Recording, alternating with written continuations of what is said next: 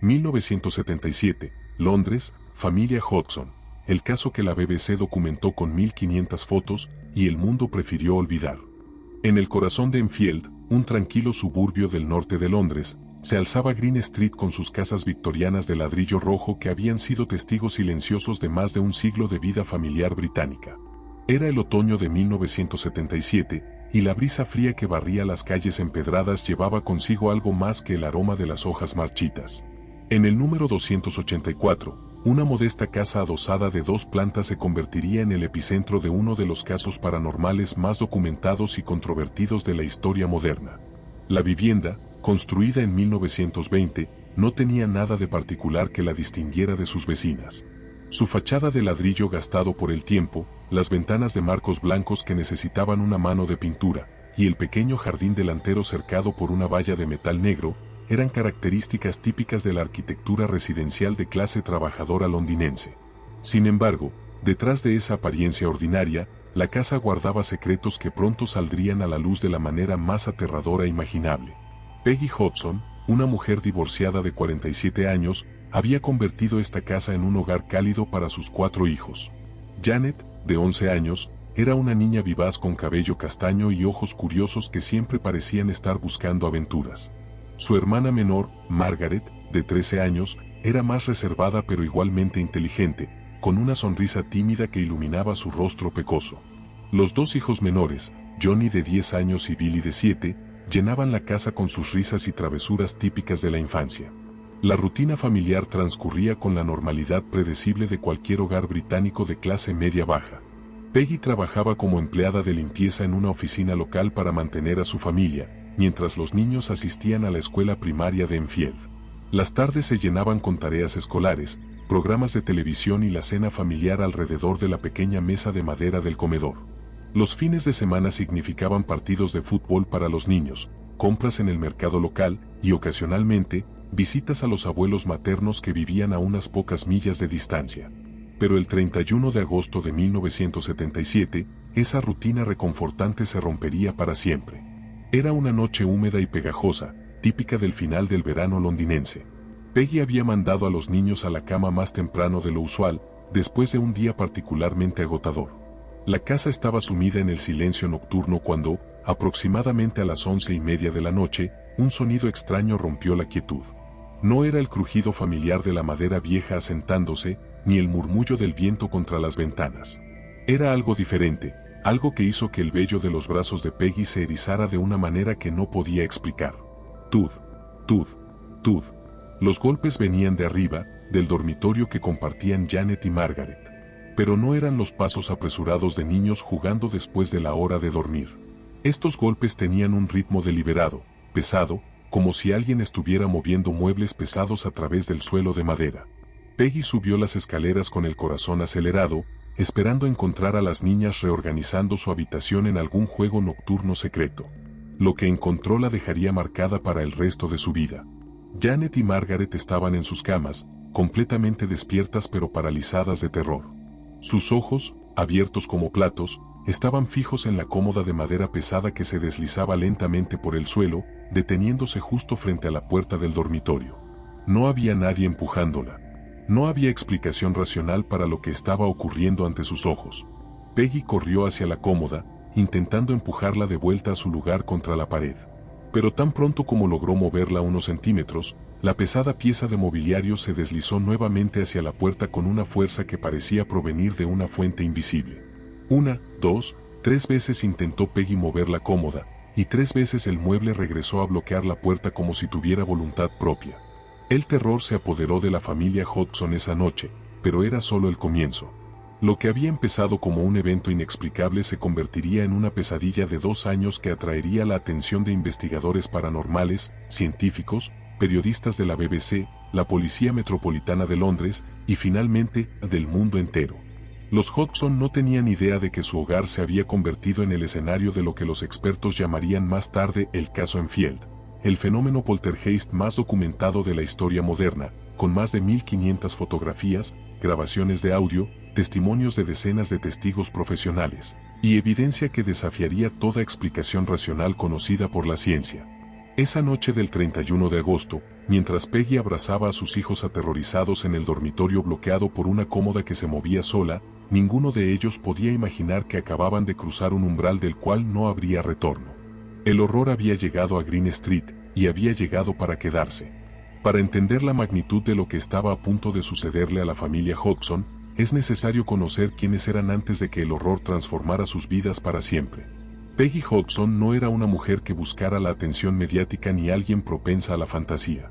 Nacida en 1930, había crecido en el East End de Londres durante los bombardeos de la Segunda Guerra Mundial, una experiencia que la había forjado con una mentalidad práctica y una determinación férrea que serían puestas a prueba de maneras que nunca podría haber imaginado. Su matrimonio con Jack Hodgson había terminado en divorcio 5 años antes, en 1972, dejándola como madre soltera responsable de 4 niños en una época en que las madres divorciadas enfrentaban un considerable estigma social. Sin embargo, Peggy había logrado mantener unida a su familia trabajando varios empleos de limpieza, desde oficinas gubernamentales hasta pequeñas empresas locales. Su día típico comenzaba a las 5:30 de la madrugada con una taza de té fuerte y terminaba cerca de las 10 de la noche, cuando finalmente se desplomaba en su sillón favorito frente al televisor. La casa en 284 Green Street había sido su refugio desde 1974. El ayuntamiento de Enfield se la había asignado como vivienda social después de que demostrara su necesidad como madre soltera con ingresos limitados. Era una casa modesta pero funcional, 2 dormitorios en la planta superior, una sala de estar, cocina y comedor en la planta baja, y un pequeño jardín trasero donde los niños podían jugar. Peggy había trabajado arduamente para convertir esas paredes de ladrillo en un verdadero hogar, cosiendo cortinas coloridas, pintando las habitaciones con colores alegres, y llenando cada rincón con fotografías familiares y pequeños tesoros acumulados a lo largo de los años. Margaret Rose Hodgson, la mayor de los hermanos a los 13 años, era la pequeña adulta de la familia. Con su cabello rubio oscuro siempre perfectamente peinado y su uniforme escolar impecable, había asumido naturalmente el rol de hermana mayor responsable. Era ella quien ayudaba a preparar el desayuno cuando Peggy salía temprano al trabajo, quien revisaba que Johnny y Billy tuvieran sus mochilas listas para la escuela, y quien a menudo servía como mediadora en las pequeñas disputas entre hermanos. Margaret era una estudiante destacada en la secundaria de Enfield, particularmente brillante en literatura inglesa e historia, con sueños secretos de convertirse algún día en maestra. Janet, de 11 años, era el espíritu libre de la familia. Donde Margaret era cautelosa y reflexiva, Janet era impulsiva y aventurera. Con su cabello castaño rizado que se negaba a permanecer peinado y sus rodillas perpetuamente raspadas por trepar árboles y explorar cada rincón del barrio, Janet veía el mundo como un lugar lleno de misterios esperando ser descubiertos. Era la líder natural entre los niños del vecindario, organizando juegos de escondite en los callejones, competencias de carreras en bicicleta y expediciones a la pequeña arboleda detrás de las casas. Su risa contagiosa y su energía inagotable habían convertido la casa Hodgson en un punto de encuentro para los niños de Green Street. Johnny, de 10 años, era el diplomático de la familia. Tranquilo y observador, prefería los libros de aventuras a los deportes físicos, aunque nunca se negaba a unirse a los juegos de sus hermanas cuando lo invitaban.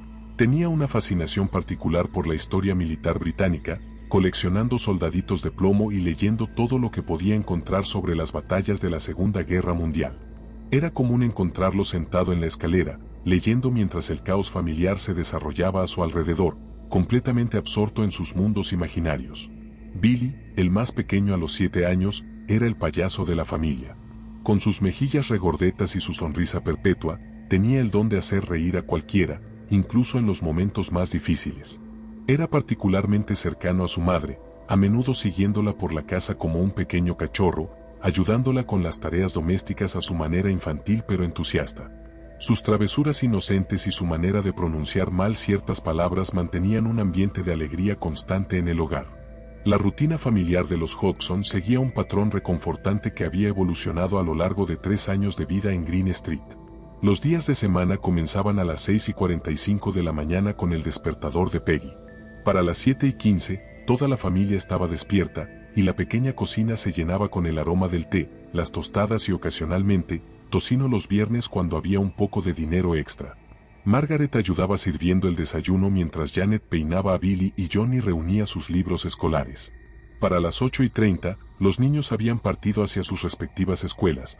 Margaret caminaba los 20 minutos hasta la secundaria de Enfield, mientras que Janet, Johnny y Billy tomaban la ruta más corta de 10 minutos hacia la primaria Hearst. Peggy salía pocos minutos después, caminando hasta la parada del autobús que la llevaba a su primer trabajo del día. Las tardes seguían un ritual igualmente establecido. Los niños regresaban entre las 3:30 y las 4 de la tarde, y la casa se llenaba inmediatamente con el ruido familiar de mochilas siendo arrojadas, uniformes escolares cambiados por ropa de juego, y la inevitable disputa sobre quién tendría el primer turno para ver televisión. Margaret supervisaba que los deberes escolares se completaran antes de que comenzaran los programas infantiles a las 5 de la tarde. La cena, servida puntualmente a las 6:30 cuando Peggy regresaba de su último trabajo del día, era el momento sagrado de reunión familiar. Alrededor de la mesa rectangular de madera que había pertenecido a la madre de Peggy, la familia compartía no solo la comida sino las historias del día. Janet relataba sus aventuras escolares con dramatismo teatral, Margaret discutía sus calificaciones con seriedad adulta, Johnny ocasionalmente compartía algún hecho histórico fascinante que había aprendido, y Billy simplemente reía con todo, creando un ambiente de calidez que contrastaba con las dificultades económicas que enfrentaban. Los fines de semana traían sus propios rituales. Los sábados por la mañana significaban limpieza general de la casa, con cada niño asignado tareas específicas según su edad. Margaret se encargaba del polvo y la aspiradora, Janet de organizar los juguetes y libros, Johnny de mantener ordenado su pequeño ejército de soldados de plomo, y Billy de ayudar poniendo cosas en lugares equivocados con la mejor de las intenciones. Por las tardes, si el clima lo permitía, toda la familia caminaba hasta Enfield Town para hacer las compras semanales en el mercado, una excursión que siempre incluía una parada en la heladería si habían sido particularmente buenos durante la semana. Los domingos eran días más tranquilos. Peggy no era particularmente religiosa, pero mantenía una tradición de asado dominical que había aprendido de su madre.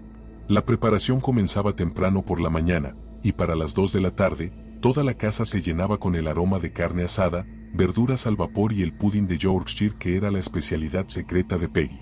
Era el momento de la semana cuando la familia se sentía más próspera, más unida, más normal. La casa misma reflejaba esta normalidad trabajadora. La sala de estar, con su papel tapiz floral en tonos verdes y marrones que había estado de moda en los 60, contenía los tesoros familiares, un televisor en blanco y negro de segunda mano comprado en 1975, un sofá de terciopelo azul marino que Peggy había adquirido con pagos mensuales, y una colección de figuritas de porcelana que había heredado de su abuela. Las paredes estaban cubiertas con fotografías familiares, la boda de Peggy, fotos escolares de los niños, instantáneas de vacaciones modestas en Brighton, y un retrato formal de toda la familia tomado en 1976. El jardín trasero, aunque pequeño, era el orgullo secreto de Peggy. Había plantado rosas junto a la cerca trasera, mantenía un pequeño huerto de vegetales que ayudaba con el presupuesto familiar, y había instalado un columpio casero para Billy. Era aquí donde la familia se reunía en las tardes de verano, donde Janet practicaba sus acrobacias, donde Johnny leía sus libros de historia, y donde Margaret a menudo se sentaba a soñar despierta sobre su futuro. Pero fue precisamente esta normalidad, esta vida familiar estable y predecible, lo que hizo tan devastador lo que estaba a punto de suceder. Los Hodgson eran una familia típica de clase trabajadora británica, sin ningún interés previo en lo paranormal, sin antecedentes de fenómenos extraños, y sin ninguna razón para buscar publicidad o atención mediática.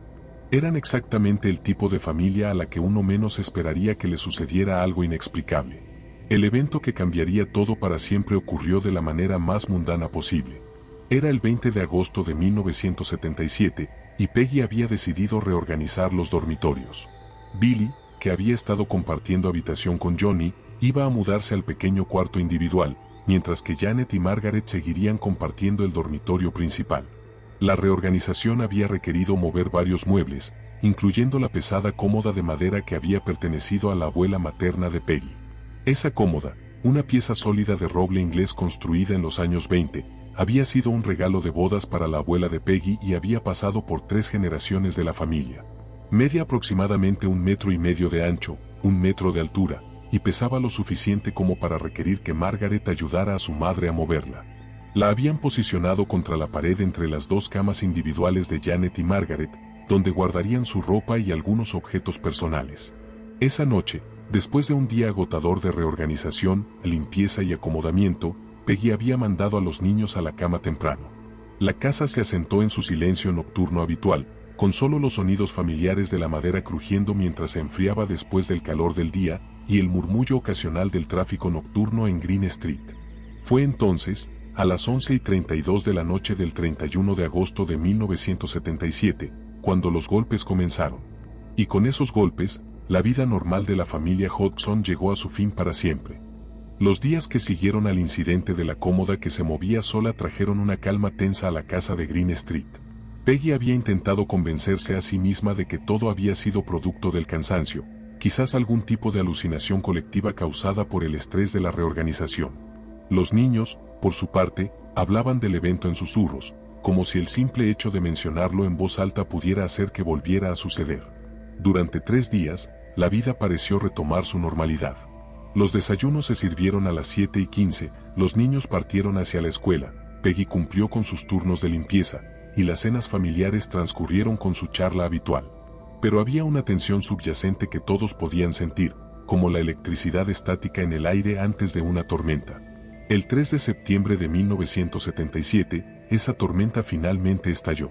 Era un sábado por la tarde, y toda la familia estaba en casa.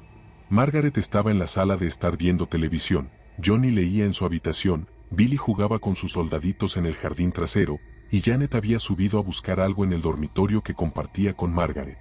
Peggy estaba en la cocina preparando el té cuando un grito desgarrador atravesó la casa. «Mamá, mamá, ven rápido». La voz de Janet tenía un tono de terror que Peggy jamás había escuchado antes. Corrió escaleras arriba, seguida inmediatamente por Margaret, y encontró a Janet parada en el umbral del dormitorio, temblando y señalando hacia el interior de la habitación. La cómoda estaba de nuevo en el centro de la habitación, pero esta vez no estaba simplemente bloqueando la puerta. Estaba flotando. A aproximadamente 15 centímetros del suelo, la pesada pieza de roble se mecía suavemente de lado a lado, como si fuera una hoja llevada por una brisa invisible. Peggy se frotó los ojos, convencida de que estaba viendo mal. Pero cuando volvió a mirar, la cómoda seguía allí, suspendida en el aire, desafiando toda lógica conocida. Margaret soltó un gemido ahogado y se aferró al brazo de su madre. «¿Cuánto tiempo ha estado así?», preguntó Peggy con voz temblorosa. «No lo sé», sollozó Janet. «Entré para buscar mi libro y estaba así. No sé qué hacer, mamá». Lentamente, como si respondiera a sus voces, la cómoda comenzó a descender hasta posarse suavemente en el suelo de madera. El silencio que siguió fue ensordecedor, roto solo por el sonido de las respiraciones agitadas de las 3 mujeres. Esa noche, ningún miembro de la familia Hodgson pudo dormir. Peggy había llevado a todos los niños a su propia habitación, donde se amontonaron en su cama doble, susurrando teorías y miedos hasta las primeras horas del amanecer. Pero los fenómenos apenas estaban comenzando. El lunes 5 de septiembre, mientras los niños estaban en la escuela, Peggy decidió confrontar directamente lo que fuera que estuviera sucediendo en su casa. Armada con una taza de té fuerte y una determinación que había heredado de generaciones de mujeres londinenses que habían sobrevivido bombardeos y penurias, subió al dormitorio de las niñas para examinar la cómoda. Durante varios minutos, no pasó nada. La cómoda permanecía firmemente plantada contra la pared, como cualquier mueble normal debería estar. Peggy incluso la empujó ligeramente para asegurarse de que estaba estable. Cuando se convenció de que todo estaba normal, bajó a la cocina para preparar el almuerzo. Fue entonces cuando comenzaron los golpes. Knack, knack, knack. 3 golpes fuertes y deliberados resonaron desde arriba. Peggy subió corriendo las escaleras, pero el dormitorio estaba vacío y silencioso. Esperó unos momentos, luego bajó nuevamente. Knack, knack, knack. Esta vez, los golpes parecían venir de las paredes mismas.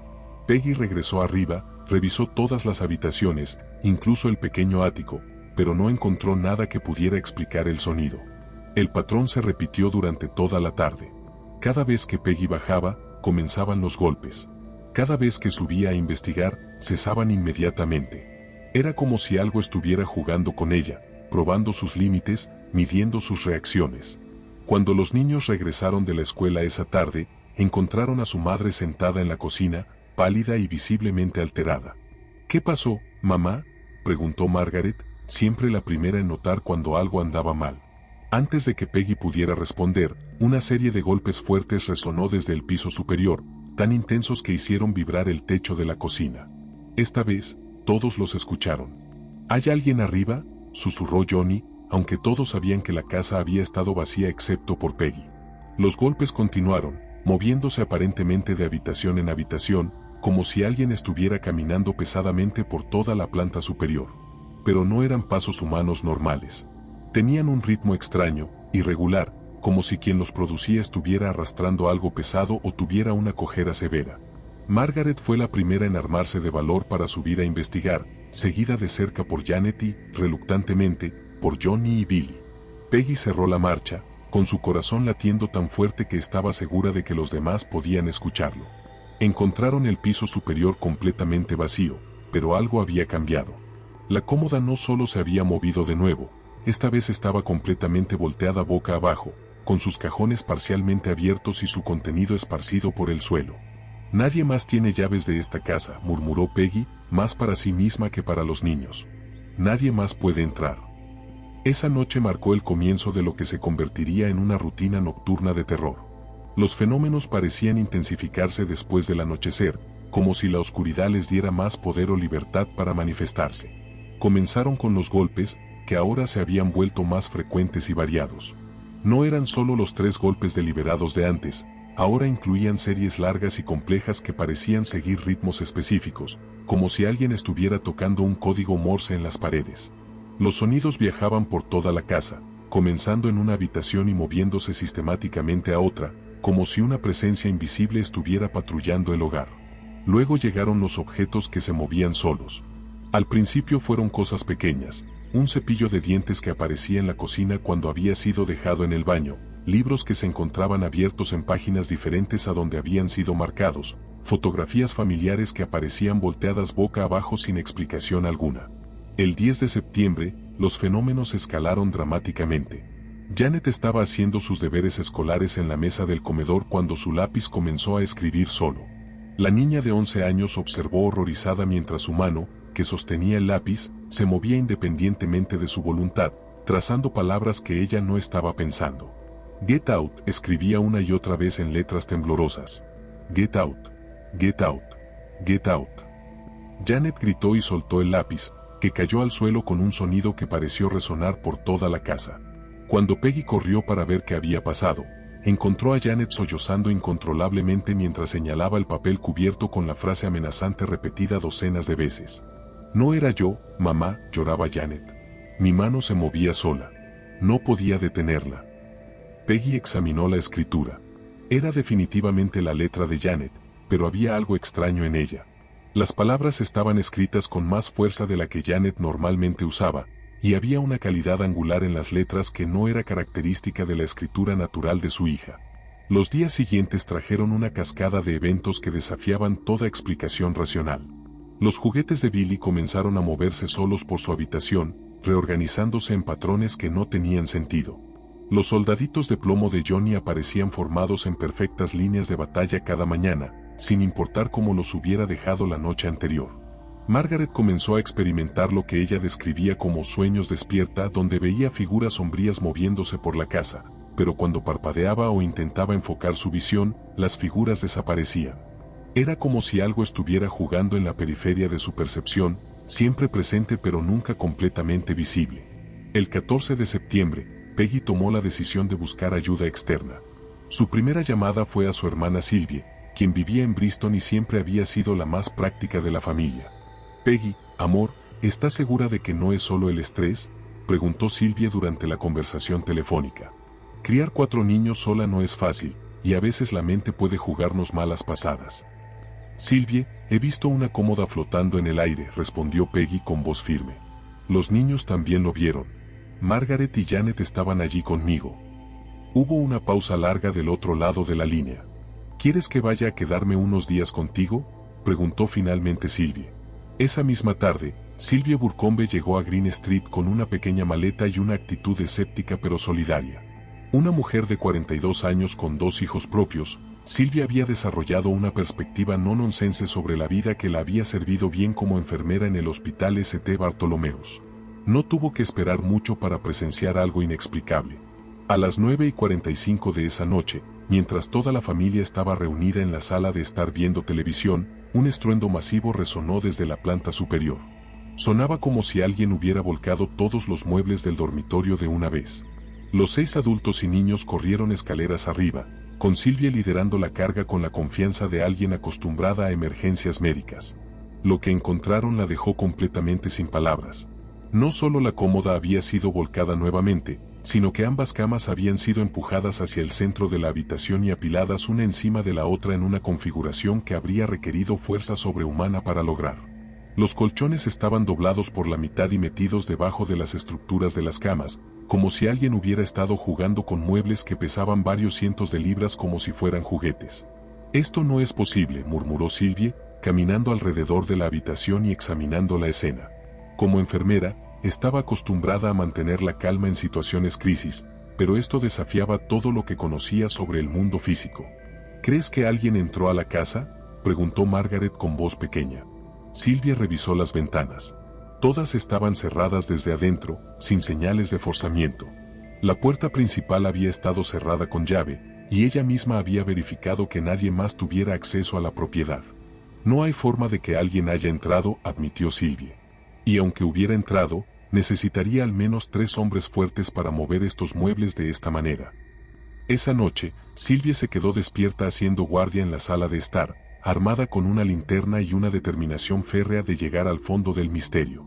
A las 2:37 de la madrugada, su vigilia fue recompensada de una manera que la marcaría para el resto de su vida. Comenzó con el sonido de pasos pesados directamente arriba de su cabeza, moviéndose lentamente de un extremo de la casa al otro. Sylvie siguió el sonido con sus ojos, mirando hacia el techo mientras los pasos se movían metódicamente de habitación en habitación.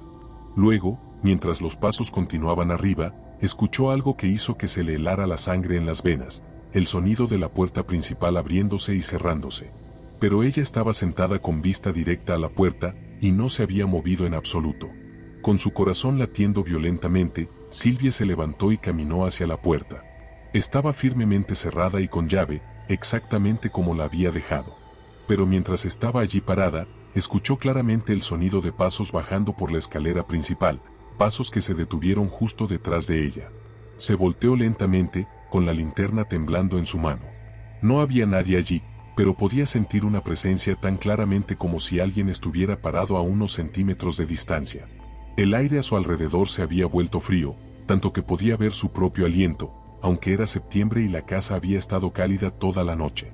«¿Quién está ahí?», susurró, sintiendo simultáneamente valiente y terrificada.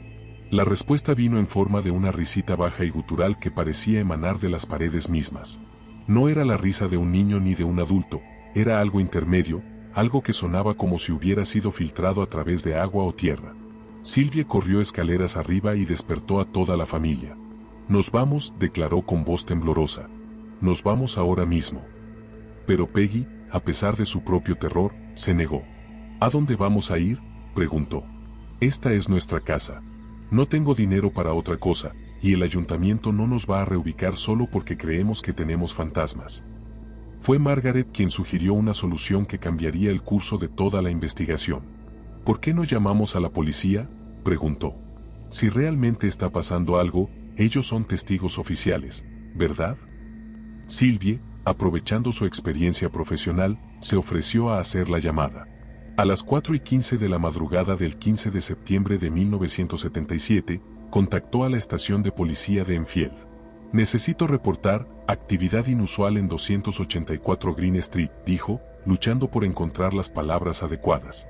«Creo que necesitamos que alguien venga a investigar». El constable Caroline Epps, una oficial veterana de 28 años con 7 años de experiencia en la Fuerza Policíaca de Londres, recibió la llamada con el profesionalismo habitual. Había respondido a llamadas de todo tipo durante su carrera, desde robos hasta disturbios domésticos, pero nunca a algo como esto. «¿Puede describir la naturaleza de la actividad inusual?», preguntó. Hubo una pausa larga del otro lado de la línea. «Oficina, creo que van a pensar que estoy loca», respondió finalmente Sylvie. «Pero hay muebles que se mueven solos, y sonidos que no podemos explicar, y...». Su voz se quebró. «Por favor, solo necesitamos que alguien venga y vea esto por sí mismo». La constable Epps había aprendido a confiar en su instinto durante años de trabajo policial, y algo en la voz de la mujer le decía que esto no era una broma ni una llamada maliciosa. Había una sinceridad, una desesperación real que la convenció de que valía la pena investigar. «Estaré allí en 20 minutos», prometió. Cuando la constable Epps llegó a Green Street en su vehículo oficial a las 4:35 de la madrugada, encontró a toda la familia Hodgson más Sylvie esperándola en el jardín delantero. Estaban todos vestidos con pijamas y batas, claramente habían sido despertados de manera abrupta, y todos mostraban signos visibles de estrés y agotación. «¿Quién hizo la llamada?», preguntó la oficial. «Yo», respondió Sylvie, adelantándose. «Soy Sylvie Burcombe, hermana de la señora Hodgson. Soy enfermera registrada en St. Bartholomeus». La constable Epps asintió, apreciando que estaba tratando con profesionales médicos en lugar de histéricos del vecindario. «¿Pueden mostrarme exactamente qué está sucediendo?». Peggy guió al grupo de vuelta a la casa, explicando los eventos de las últimas 2 semanas mientras subían las escaleras hacia el dormitorio de las niñas. La constable Epps examinó la habitación con ojo profesional, notando la posición extraña de los muebles y la aparente falta de cualquier punto de entrada forzada. «¿Han notado algún patrón en cuanto a cuando ocurren estos eventos?», preguntó. «Parecen ser peores por la noche», respondió Margaret. «Y siempre en esta habitación, o relacionados con la cómoda». Como si hubiera estado esperando su señal, en ese momento exacto, uno de los cajones de la cómoda se deslizó abruptamente hacia afuera, quedando completamente extendido. Todos dieron un paso atrás, pero la constable Epps mantuvo su posición, observando atentamente. «¿Alguien tocó el mueble?», preguntó. «No», respondieron varias voces al unísono. La oficial se acercó al cajón y lo empujó de vuelta a su lugar. Inmediatamente, se deslizó hacia afuera nuevamente, esta vez con más fuerza. «Interesante», murmuró, sacando su libreta de notas oficial. «¿Con qué frecuencia sucede esto?». Antes de que alguien pudiera responder, una serie de golpes fuertes comenzó a resonar desde las paredes, moviéndose sistemáticamente alrededor de la habitación como si algo estuviera caminando dentro de las paredes mismas. La constable Caroline Epps, veterana de años de trabajo policial en uno de los distritos más difíciles de Londres, escribió cuidadosamente en su libreta oficial, 4:15 am, presenciado, cajón de mueble moviéndose sin aparente causa física. Sonidos inexplicables emanando de las paredes. No se encontró evidencia de fraude o interferencia externa. Esa entrada en el registro oficial de la Policía Metropolitana de Londres se convertiría en uno de los primeros documentos oficiales del caso que pronto capturaría la atención del mundo entero. El caso Enfield había comenzado oficialmente, y ya no había vuelta atrás.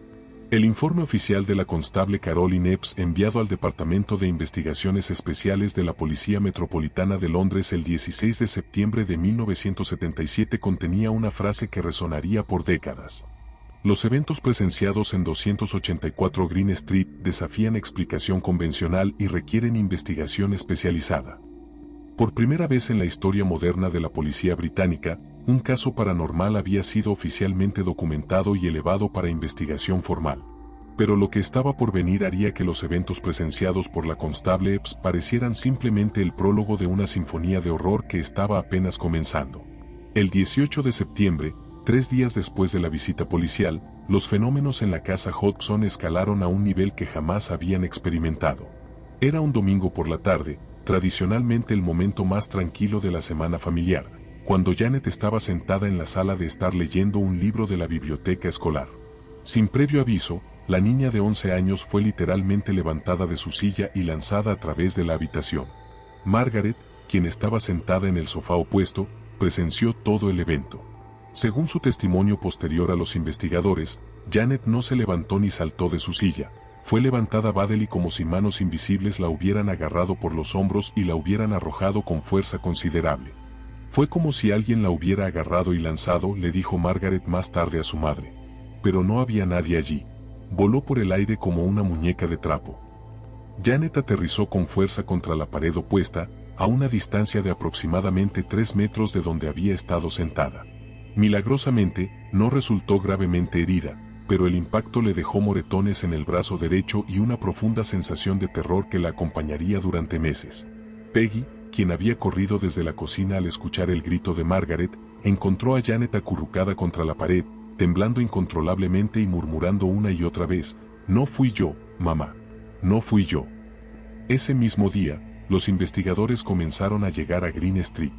El primero fue el Dr. Alan Gauld, psicólogo de la Universidad de Nottingham especializado en fenómenos paranormales. Un hombre de 43 años con un doctorado en psicología experimental y más de 15 años de experiencia investigando casos de poltergeist. El Dr. Gauld había sido contactado por la Policía Metropolitana como consultor externo. He investigado más de 120 casos de actividad poltergeist documentada, le explicó a Peggy durante su primera visita. La gran mayoría resultan ser explicables por causas naturales, tubería defectuosa, problemas estructurales en la vivienda, o en algunos casos, actividad fraudulenta, generalmente por parte de adolescentes buscando atención. Sin embargo, después de solo 2 horas en la casa Hodgson, el Dr. Gauld se vio forzado a reconsiderar sus hipótesis iniciales. Durante su primera observación documentada, presenció lo que describió en su informe oficial como levitación espontánea de objetos múltiples sin aparente causa física. Específicamente, observó una serie de libros escolares que se elevaron simultáneamente de la mesa del comedor, flotaron en el aire durante aproximadamente 15 segundos, y luego se depositaron suavemente en el suelo en una formación perfectamente ordenada. No había corrientes de aire detectables, escribió en sus notas. No había vibración sísmica que pudiera explicar el movimiento. Los objetos se movieron de manera controlada y deliberada, sugiriendo una fuerza dirigida en lugar de un fenómeno natural aleatorio. Más perturbador aún fue lo que presenció esa noche. El Dr. Gauld había recibido permiso de Peggy para realizar una observación nocturna, instalando equipo de grabación de audio rudimentario en el dormitorio de las niñas. A las 2:43 de la madrugada, sus grabaciones captaron algo que cambiaría el rumbo de toda la investigación. Una voz. No era la voz de ningún miembro de la familia Hodgson. Era áspera, gutural, y parecía emanar de Janet, pero con un timbre y tono completamente diferentes a los de la niña. Hablaba con un acento cockney marcado y usaba un lenguaje que Janet jamás había escuchado en su corta vida.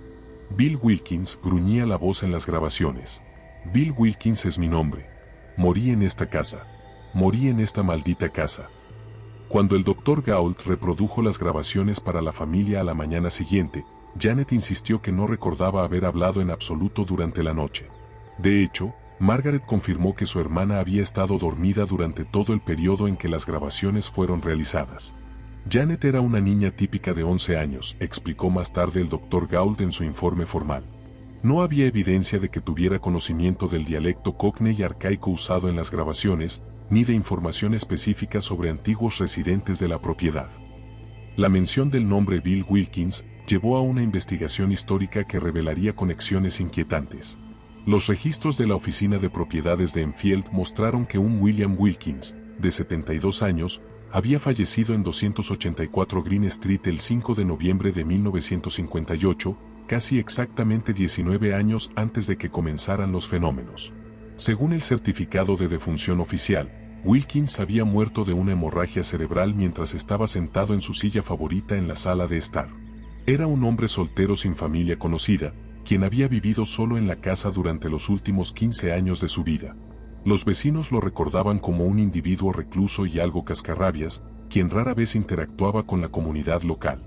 Más inquietante aún, los registros médicos revelaron que Wilkins había sufrido de una enfermedad pulmonar crónica que le había dado una voz distintivamente áspera y ronca durante los últimos años de su vida, una descripción que coincidía perfectamente con la voz capturada en las grabaciones del Dr. Gauld. El 21 de septiembre, la investigación tomó una dimensión aún más seria con la llegada de Maurice Grosse, investigador paranormal de la Sociedad para la Investigación Psíquica de Londres. Grosse, un hombre de 57 años con trasfondo en ingeniería eléctrica, traía consigo equipamiento más sofisticado que cualquier cosa que se hubiera usado previamente en una investigación paranormal británica. Su arsenal incluía cámaras fotográficas de alta velocidad, equipos de grabación de audio de precisión, termómetros de infrarrojo, detectores de campos electromagnéticos, y lo más importante, cámaras de video de circuito cerrado que podían operar en completa oscuridad usando tecnología de visión nocturna. Si algo está sucediendo en esta casa, le dijo Grosse a Peggy durante su primera reunión, vamos a documentarlo de manera que no pueda ser disputado por nadie. No tuvo que esperar mucho para su primera evidencia dramática. Durante su segunda noche de observación, el 23 de septiembre, las cámaras de Grosse capturaron lo que se convertiría en una de las piezas de evidencia más controvertidas y discutidas del caso Enfield. El video mostraba claramente a Janet siendo levantada de su cama mientras estaba aparentemente dormida, flotando horizontalmente por el aire durante varios segundos, y luego siendo depositada suavemente en el suelo del otro lado de la habitación. La calidad de la grabación era excepcional, escribió Grosse en su informe. No había evidencia de cables, poleas, o cualquier mecanismo físico que pudiera explicar lo observado. La niña mantuvo una posición rígida durante todo el evento, consistente con alguien en estado de sueño profundo. Pero el video de levitación fue solo el comienzo. Durante las siguientes semanas, las cámaras de Grosse documentaron una escalada progresiva de fenómenos que incluían objetos lanzados con fuerza considerable a través de habitaciones vacías, captados desde múltiples ángulos simultáneamente. Los proyectiles incluían libros, juguetes, e incluso muebles pequeños que se movían con trayectorias que desafiaban la física básica, cambiando dirección en el aire sin explicación aparente. Puertas que se abrían y cerraban violentamente sin intervención humana, con tal fuerza que a menudo se salían de sus bisagras. En una ocasión, la puerta del dormitorio principal se cerró con tanta violencia que se partió por la mitad, requiriendo reemplazo completo. Apariciones de agua que gotaba desde el techo en habitaciones donde no había tubería superior. Las pruebas químicas realizadas por expertos municipales mostraron que el agua tenía una composición mineral que no coincidía con el suministro local de agua de Enfield. Fluctuaciones extremas de temperatura que podían medirse objetivamente con los termómetros de infrarrojo de Grosse. Las temperaturas en habitaciones específicas bajaban hasta 8 grados Celsius en cuestión de segundos, sin causa aparente relacionada con el sistema de calefacción o ventilación de la casa. El 28 de septiembre, el caso tomó un giro aún más dramático con la llegada de un equipo de filmación de la BBC. El productor ejecutivo, Michael Aspel, había sido autorizado por la dirección de la cadena para documentar los eventos como parte de un especial investigativo sobre fenómenos paranormales en Gran Bretaña. La BBC no toma este tipo de asignaciones a la ligera, explicó Aspel durante una entrevista posterior. Habíamos revisado toda la documentación policial y científica disponible. Había suficiente evidencia creíble para justificar una investigación periodística seria. El equipo de la BBC incluía 3 camarógrafos, 2 técnicos de sonido, un director de fotografía, y más importante, Graham Morris, uno de los fotógrafos más respetados de la cadena, quien sería responsable de las fotografías que más tarde se convertirían en evidencia icónica del caso. Durante 5 días y noches consecutivos, del 28 de septiembre al 3 de octubre, el equipo de la BBC documentó y filmó los eventos en Green Street con una minuciosidad periodística que establecería nuevos estándares para la documentación de fenómenos paranormales. Graham Morris tomó más de 1500 fotografías usando una variedad de cámaras, lentes y condiciones de iluminación. Las imágenes capturaron objetos en pleno vuelo, muebles moviéndose sin asistencia humana y en varias ocasiones, lo que parecían ser figuras sombrías parcialmente formadas en los márgenes de las habitaciones. Uso cámaras profesionales desde hace 20 años, declaró Morris en una rueda de prensa posterior. Conozco todos los trucos fotográficos, todas las maneras de falsificar imágenes.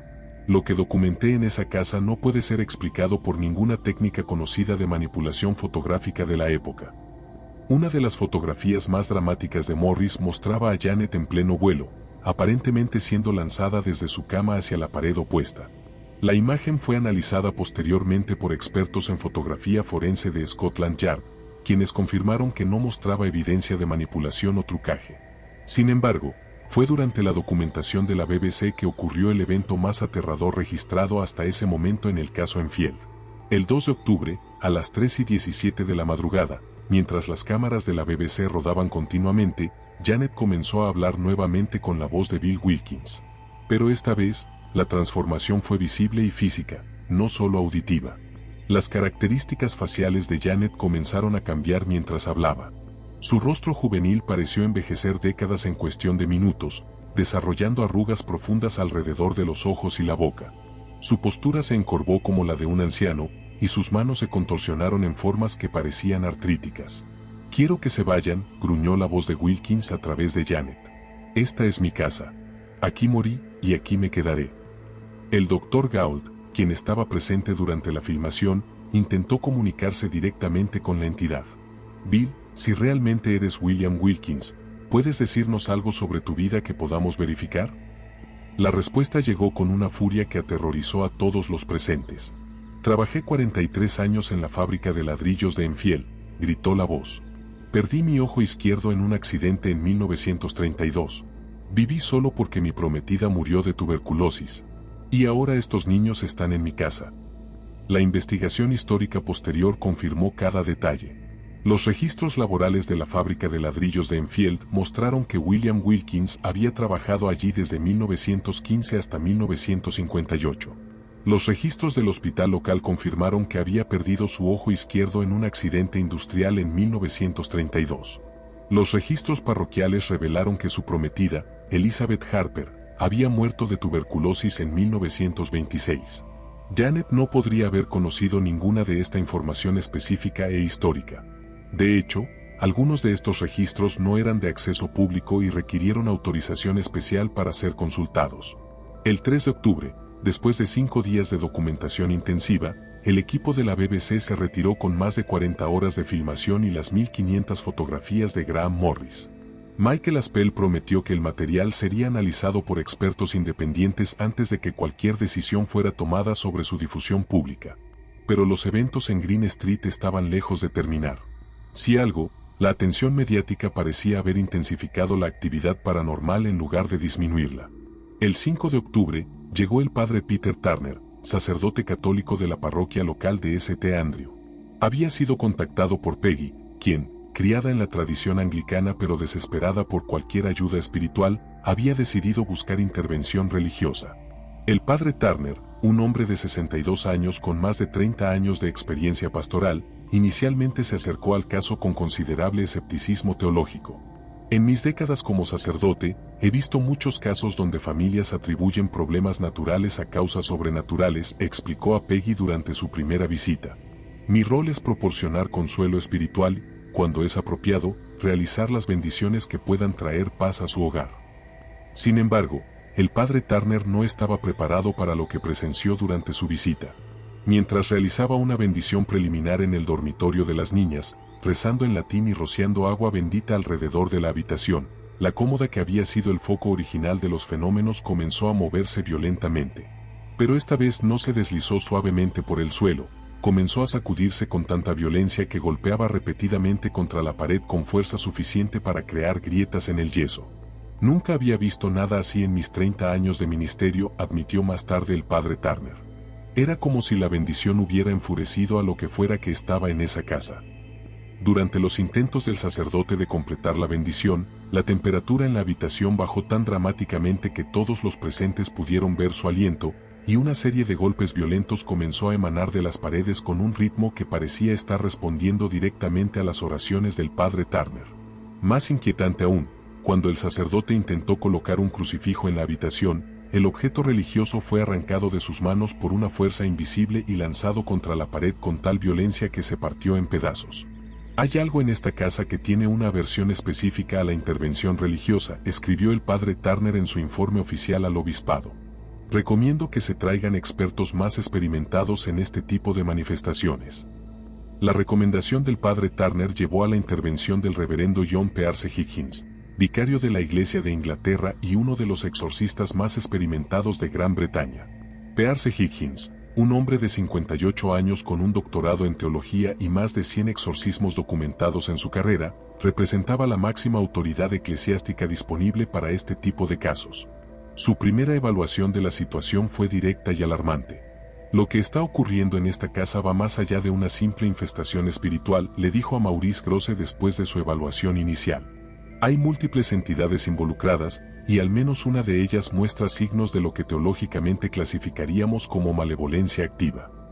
El 8 de octubre, Pearce Higgins realizó lo que describió como un exorcismo preliminar de diagnóstico para determinar la naturaleza exacta de las fuerzas presentes en la casa. La respuesta fue inmediata y aterradora.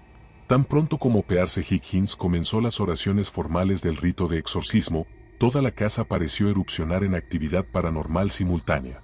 Muebles en todas las habitaciones comenzaron a moverse violentamente, ventanas se abrieron y cerraron con fuerza suficiente para romper cristales, y un aullido inhumano llenó la casa, tan fuerte que los vecinos en Green Street llamaron a la policía creyendo que alguien estaba siendo atacado. Pero lo más aterrador de todo fue lo que le sucedió a Janet durante el exorcismo. La niña de 11 años comenzó a contorsionarse de maneras que desafiaban la anatomía humana normal. Su columna vertebral se arqueó hacia atrás hasta que su cabeza casi tocó sus piernas, sus brazos se doblaron en ángulos imposibles, y su voz se convirtió en un rugido gutural que no parecía provenir de cuerdas vocales humanas. «No pueden echarme», rugió la voz a través de Janet. «Esta es mi casa. He estado aquí mucho antes que ustedes». Pearce Higgins, a pesar de su experiencia considerable, se vio forzado a suspender el exorcismo cuando Janet comenzó a levitar durante las contorsiones físicas, flotando a más de 1 metro del suelo mientras continuaba retorciéndose de maneras que habrían resultado en huesos rotos si hubiera estado en contacto con una superficie sólida. «He realizado exorcismos en más de 100 casos», declaró Pearce Higgins a los investigadores presentes. «Jamás había visto una manifestación física de esta intensidad. Vamos a necesitar tiempo para desarrollar una estrategia más específica». Esa noche del 8 de octubre marcó un punto de inflexión en el caso Enfield. Los fenómenos habían escalado más allá de simples poltergeist o manifestaciones residuales. Lo que fuera que estaba en 284 Green Street había demostrado no solo inteligencia y voluntad propia, sino también la capacidad de resistir activamente la intervención religiosa formal. La familia Hodgson ya no estaba lidiando simplemente con eventos paranormales inexplicables. Estaban en guerra contra fuerzas que desafiaban todo entendimiento humano de la realidad, fuerzas que habían convertido su hogar en un campo de batalla entre el mundo natural y algo mucho más oscuro. Y según todos los indicios, la guerra apenas estaba comenzando. Después del exorcismo fallido del reverendo Pearce Higgins, la casa en 284 Green Street se había convertido en lo que los investigadores describirían más tarde como una zona de guerra paranormal. Los fenómenos no solo habían intensificado después de la intervención religiosa, sino que habían desarrollado lo que parecía ser una inteligencia táctica, adaptándose y respondiendo específicamente a cada intento de control o eliminación. El 10 de octubre de 1977, Peggy Hodgson tomó la decisión desesperada de buscar refugio temporal para su familia. Con la ayuda de su hermana Sylvie, logró asegurar alojamiento en casa de su madre en Bristol, esperando que la distancia física proporcionara el respiro que tanto necesitaban. «Pensé que si nos íbamos por unas semanas, lo que fuera que estaba en la casa se calmaría», explicó Peggy más tarde a los investigadores. «Creía que tal vez estábamos alimentando los fenómenos de alguna manera con nuestra presencia y nuestro miedo». La familia empacó lo esencial y se mudó temporalmente el 12 de octubre. Durante 5 días, permanecieron en Bristol, durmiendo en colchones improvisados en la sala de estar de la abuela materna. Por primera vez en más de un mes, los niños pudieron dormir sin interrupciones, sin golpes misteriosos, sin muebles que se movían solos, sin voces extrañas en la madrugada. Sin embargo, Maurice Grosse había mantenido equipos de monitoreo en la casa vacía durante su ausencia. Sus grabaciones de audio continuas revelaron algo inquietante: la actividad paranormal no había cesado con la partida de la familia. De hecho, parecía haberse intensificado. Las grabaciones captaron sonidos de pasos pesados moviéndose por toda la casa durante las horas nocturnas, puertas abriéndose y cerrándose violentamente, y lo más perturbador de todo, la voz de Bill Wilkins gritando repetidamente: «Traigan de vuelta a mis niños. Traigan de vuelta a mis niños». Cuando Grosse reprodujo estas grabaciones para Peggy el 17 de octubre, la madre de familia se enfrentó a una realización aterradora: huir no era una solución. Lo que fuera que estaba en su casa parecía haber desarrollado un apego específico a su familia, particularmente a Janet. «No podemos quedarnos escondidas para siempre», le dijo Peggy a Sylvie esa noche. «Y aparentemente, tampoco podemos alejarnos de esto. Tenemos que regresar y enfrentarlo». El 18 de octubre, la familia Hodgson regresó reluctantemente a Green Street. La bienvenida que recibieron confirmó sus peores temores. Los fenómenos no solo continuaron inmediatamente, sino que parecían haber adquirido una nueva intensidad, como si las entidades hubieran estado acumulando energía durante su ausencia. Esa misma noche, Janet fue nuevamente levantada de su cama, pero esta vez el evento duró más tiempo que cualquier levitación previa. Según las grabaciones de video de Grosse, Janet flotó horizontalmente por el aire durante 43 segundos completos, moviéndose lentamente alrededor de la habitación como si una fuerza invisible la estuviera llevando en un tour macabro de su propio dormitorio. Fue entonces cuando el Dr. Hans Bender, parapsicólogo alemán y una de las autoridades mundiales en fenómenos poltergeist, llegó a Londres para unirse a la investigación.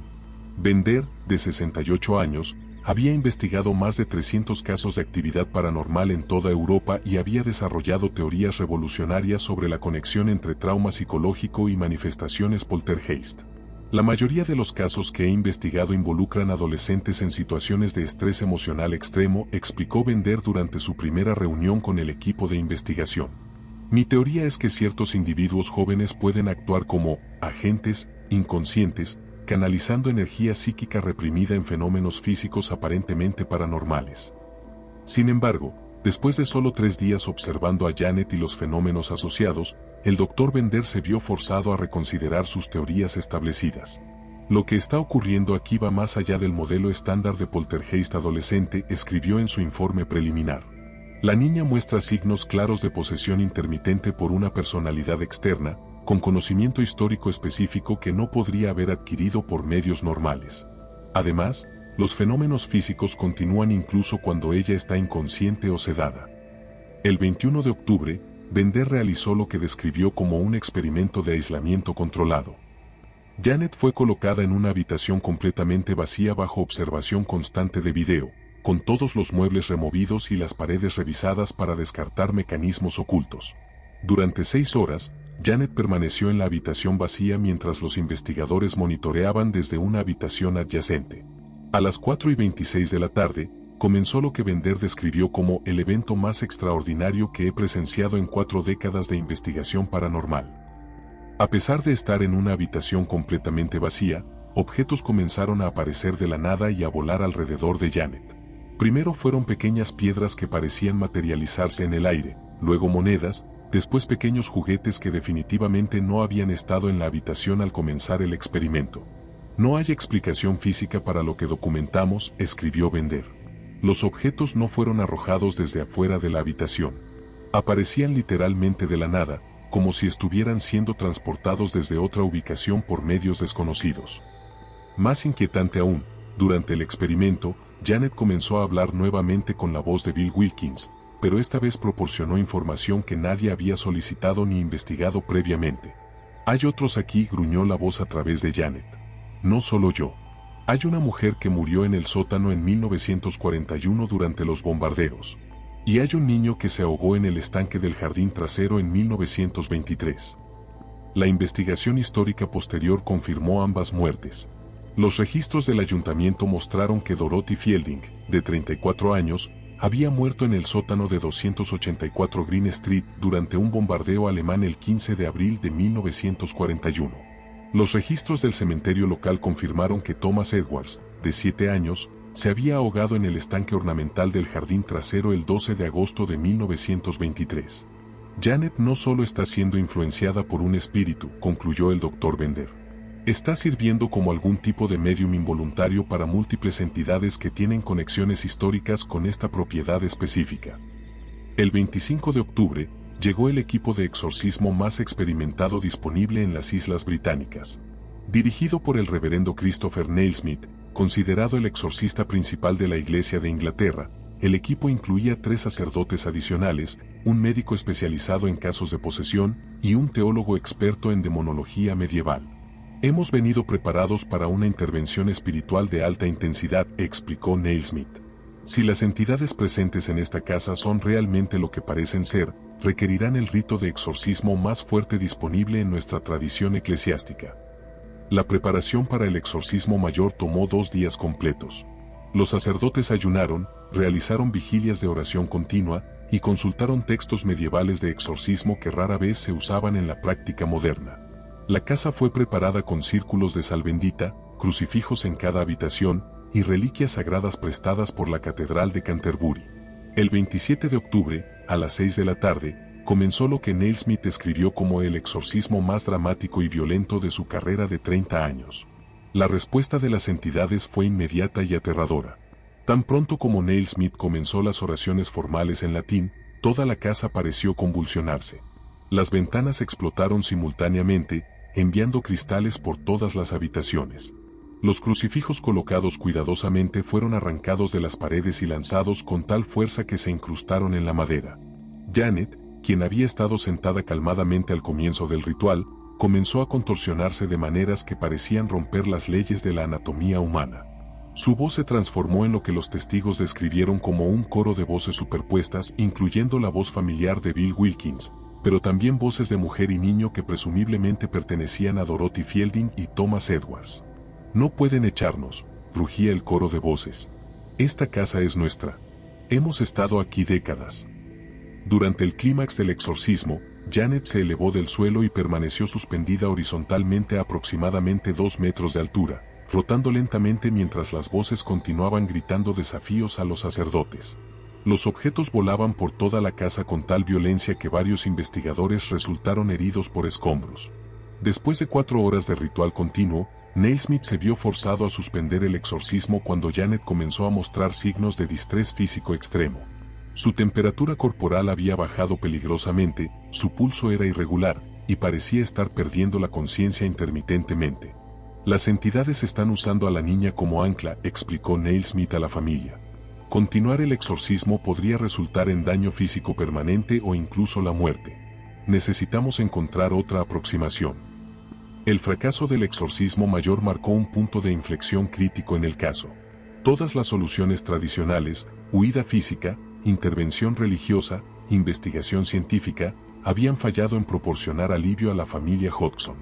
Fue entonces cuando el Dr. Anita Gregory, psicóloga de la Universidad de Cambridge especializada en trastornos disociativos, propuso una aproximación completamente diferente. En lugar de tratar de eliminar o exorcizar estas manifestaciones, sugirió Gregory, ¿qué pasaría si intentáramos comunicarnos con ellas? Establecer algún tipo de negociación o coexistencia. Su propuesta era radical para su época. En lugar de combatir las entidades, intentar entender qué querían y si había alguna manera de satisfacer sus demandas sin dañar a la familia.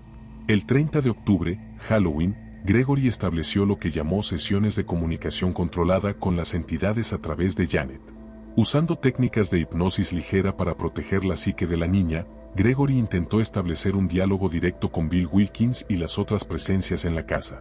Los resultados fueron sorprendentes. A través de Janet, Wilkins expresó que él y las otras entidades no querían dañar a la familia, sino simplemente ser reconocidos y recordados.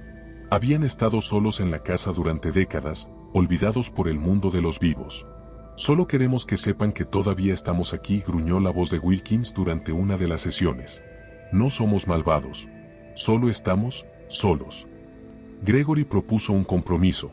La familia reconocería oficialmente la presencia de las entidades, mantendría una pequeña área de la casa como su espacio y a cambio, las entidades cesarían las manifestaciones violentas.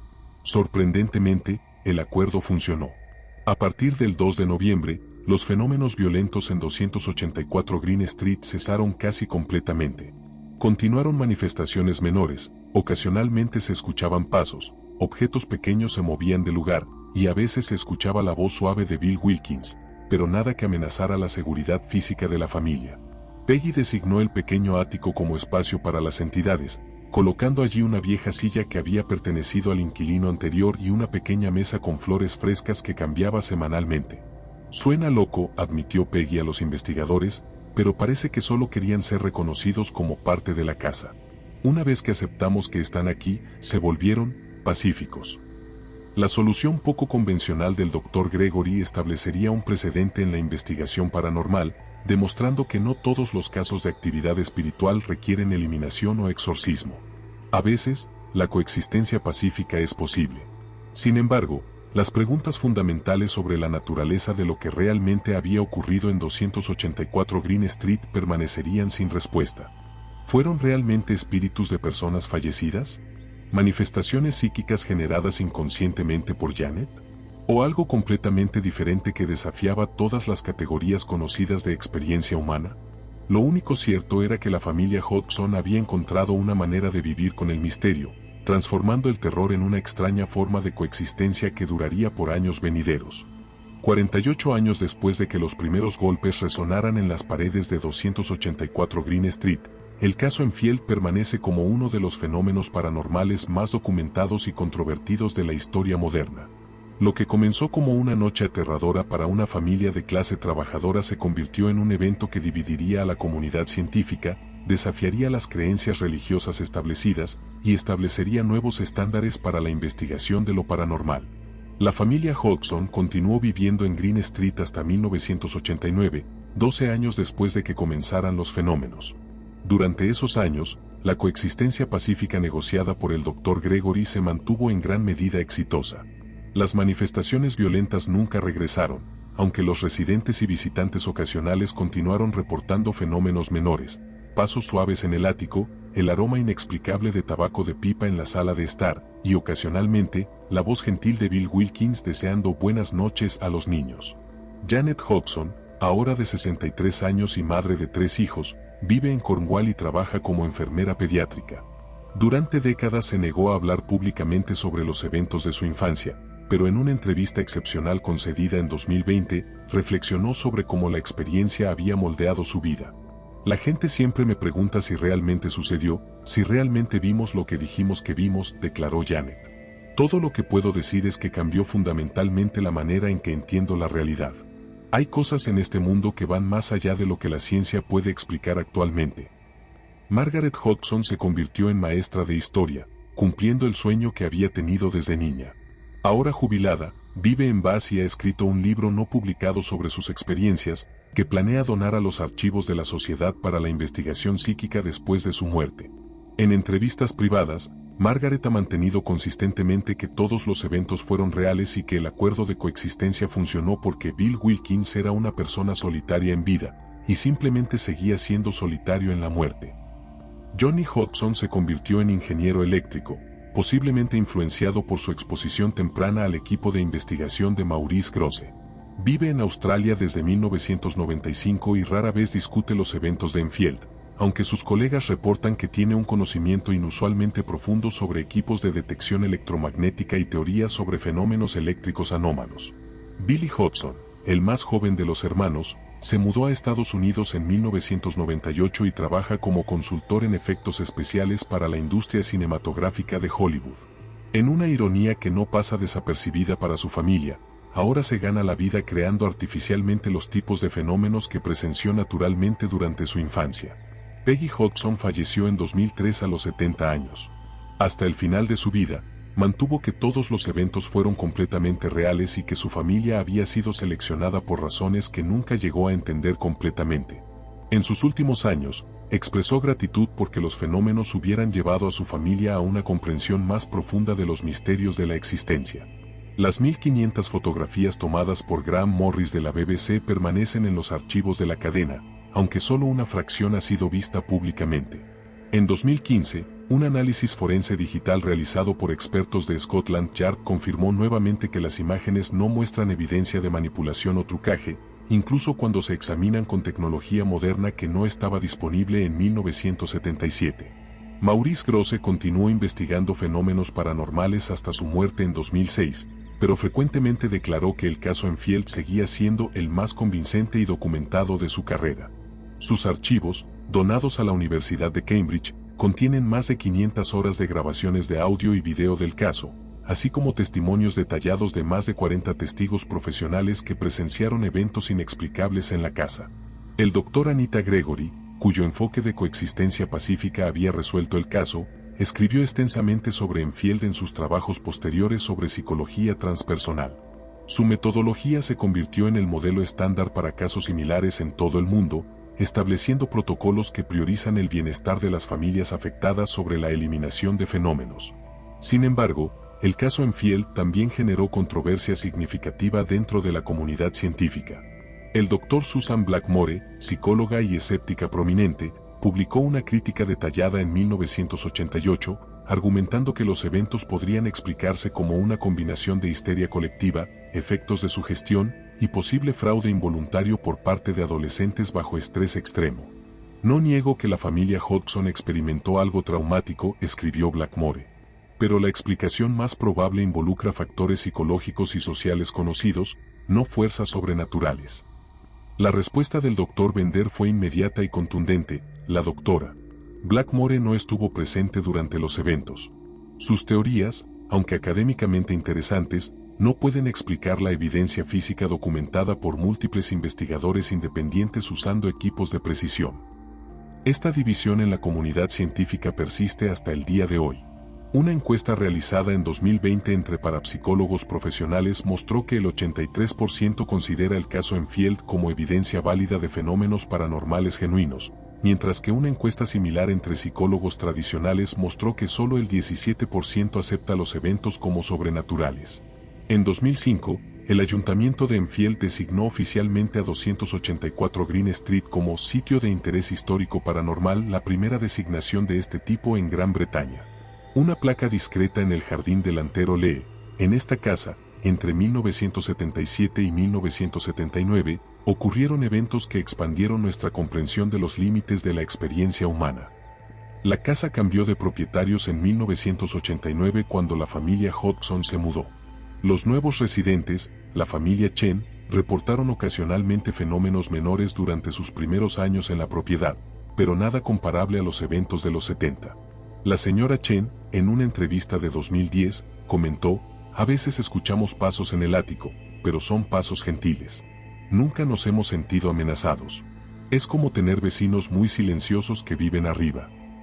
En 2015, investigadores de la Universidad de Oxford realizaron un estudio de seguimiento usando tecnología moderna, incluyendo detectores de campos electromagnéticos de precisión, cámaras termográficas y equipos de grabación digital de alta definición.